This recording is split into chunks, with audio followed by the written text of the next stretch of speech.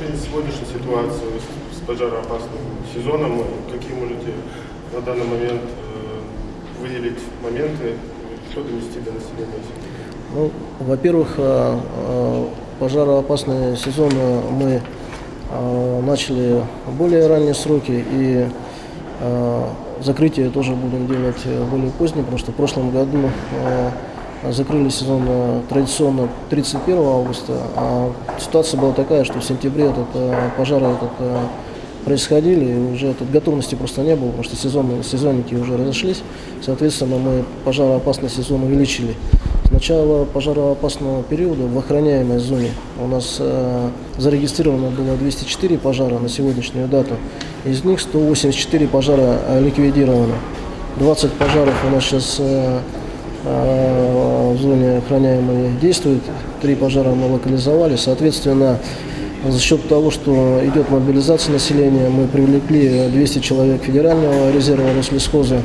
На этой неделе планируем обеспечить локализацию крупных пожаров в Илюйском районе, в Горном, в Исалданском районе и Намском. У нас 11 крупных пожаров, соответственно, которые сейчас концентрированные работы.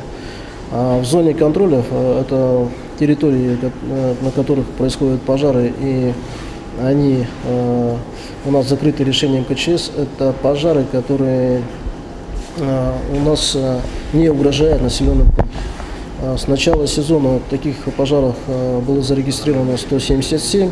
Они находятся на мониторинге со спутника, космомониторинге, и, соответственно, уже 124 пожара, они вышли из космомониторинга, то есть сократились площади тушения. У нас сегодня наблюдается задымленность в центральной группе районов. Задымленность дает пожары, которые у нас действуют в Кобяйском районе. Это большие площади пожаров от гроз. Соответственно, видимо, встречные еще у нас направления даются со стороны Намского и Горного района.